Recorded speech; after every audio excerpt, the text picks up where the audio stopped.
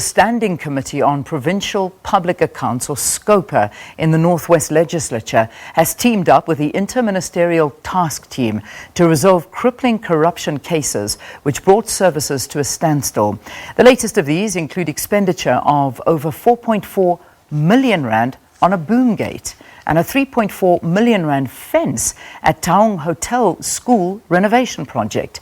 Now, in May 2018, national government put the province under administration for not being able to fulfill executive obligations, both constitutionally or legally. Dliso, chair of SCOPA in the Northwest, joins us from our SABC studios in Mahikeng to talk a little bit more about this story. Good to have you. Thanks, Job, for your time. Morning, Leanne and the listeners. Job, you came in just after the elections. You've been in office now for about 5 months. What are the key issues that you've been dealing with so far? I mean, some of the cases that are on your table. Thank you, Leanne. Indeed, we are just 5 months in the office. Part of our responsibility is to play an oversight and ensure accountability on public funds. So far we have been having conducted 11 public hearings on MFMA and 5 public hearings on PFMA, meaning we have been meeting with the municipalities and the department. Amongst meeting with the department, there were issues that push us to refer matters to law enforcement agencies.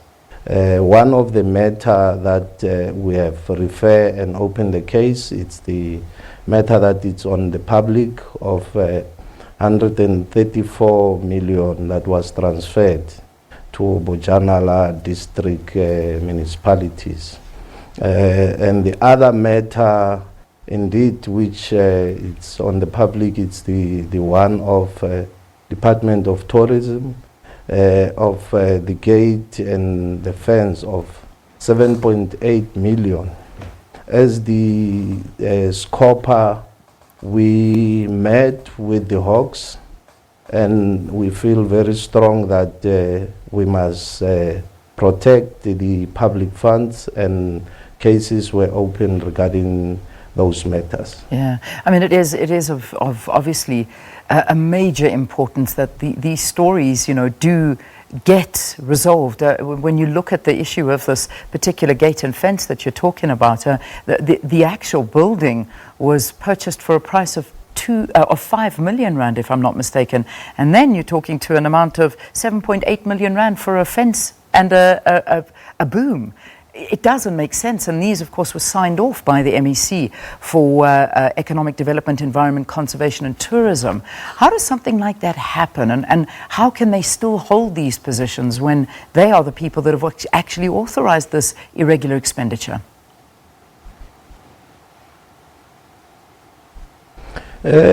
It's shocking, Leanne. Indeed, we as the SCOPA are holding executive accountable. The matter happened from 2015, and the worrying thing is that the construction delay for more than a year. And on top of the delays, there was an escalation on the amount that was made without an approval of Treasury. There is a clear stipulation of the legislation that anything above 20% of escalation or deviation, Treasury must then approve. And there were instances where the contractor was paid for not have been doing the work, and I think that's one of the matter. As SCOPA, we play our side to ensure that there are investigation, but the other part must be played by the Premier on other matters. But on our side, I think we feel very strong that things were not done properly, and decisive action must be taken to those who found implicated. Yeah, just in terms of the success rate of the previous SCOPA team, and I think it's important to report back. When they handed this over to you, as you have been saying, and we mentioned this is 5 months in for your team, has anyone been arrested for all the malfeasance reported in the province? No, Leanne, when we received the handover, it's, we call it the legacy report, we didn't, no one was arrested, and that's one of the issues that make us to worry, because if anyone misuse the public funds, there must be action taken. So that's why we then took a resolution as the current committee that we open the cases. Indeed, we must report that we have a very fruitful meeting with the head of the Hawks, and the cases have been opened. But not only those cases, but we will be following all the cases that have been opened during the 5th administration, which falls under our scope as SCOPA.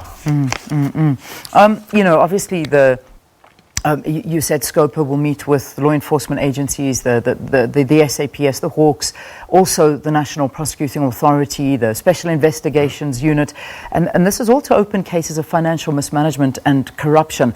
Obviously, these institutions have been there all along, but so far we only know of two people who have appeared before court. Any more to report on? Any updates on this? No, it's worrying, but I think, Leanne, you heard yourself on Monday when the head of the Hawks make a commitment to the public that there were challenges in some of the area of functions, and they have made an undertaking that all those matters will be fast-tracked. And I think we are going to make sure that we follow all those cases, because I think, Leanne, we can't leave the public funds to be misused and no action is taken to anyone. Yeah, it really is concerning, and I imagine anybody in South Africa, not to downplay the feelings and emotions of those that live in the Northwest and worry about all kinds of service deliveries that they're not getting. All of this because, you know, of the overwhelming corruption that just continues without any consequence management. Are you as SCOPA overwhelmed by all of this?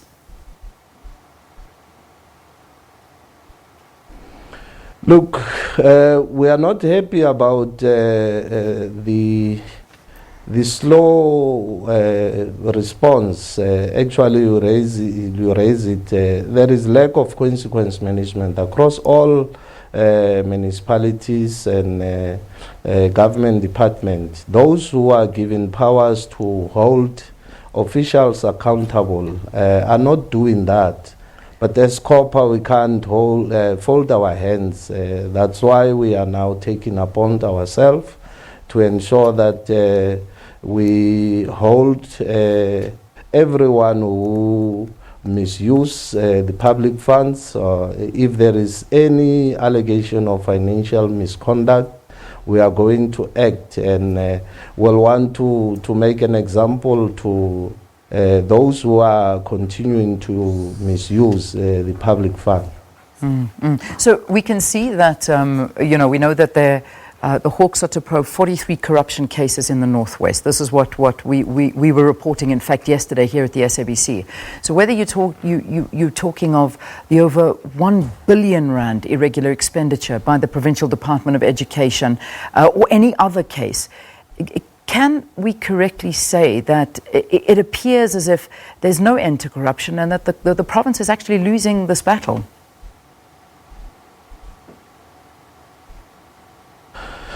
Yeah, we are not going to lose hope, Leanne. As I said, they said they will start to fast-track cases. And it's not only one case. You will recall that there are 43 cases that were open. And when we met with them, they reported to us that 34 of the 43 cases are now finalized. They will soon process in those cases, and we will follow up on all those cases because we will want to see action taken. Indeed, what you said, it's what the SCOPA is saying. All this money was supposed to be used for service delivery, not to be misused as it is the case now. Just finally, with the province that was being put under administration and with an anti-corruption task team that's actually led by the National Treasury there to also intervene, has anything changed? Has national government's intervention helped in any way whatsoever?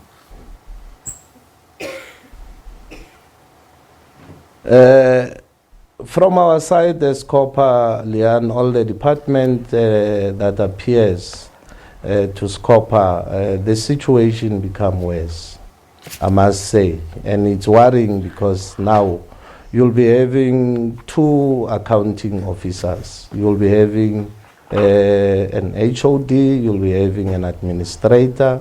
And we thought that the intervention or administration will bring life, but the situation become worse because we want to see action. That's what we want to see because our responsibility, we're looking for value for money, and we must make sure that the public funds are protected. Which it clearly sees that it seems that they aren't protected if you're saying that it is just getting worse. Well, Job, thanks for talking to us. I do hope that when we speak next, we can have a lot more to report on. People are being held to account and this rampant corruption is brought to an end. Job Dliso is from SCOPA in the Northwest Legislature giving us an update on fighting corruption and recouping government monies in a province that's been placed under Section 100 for not being able to fulfill executive obligations both constitutionally or legally. Job, we'll leave it there. Thanks so much for talking to us.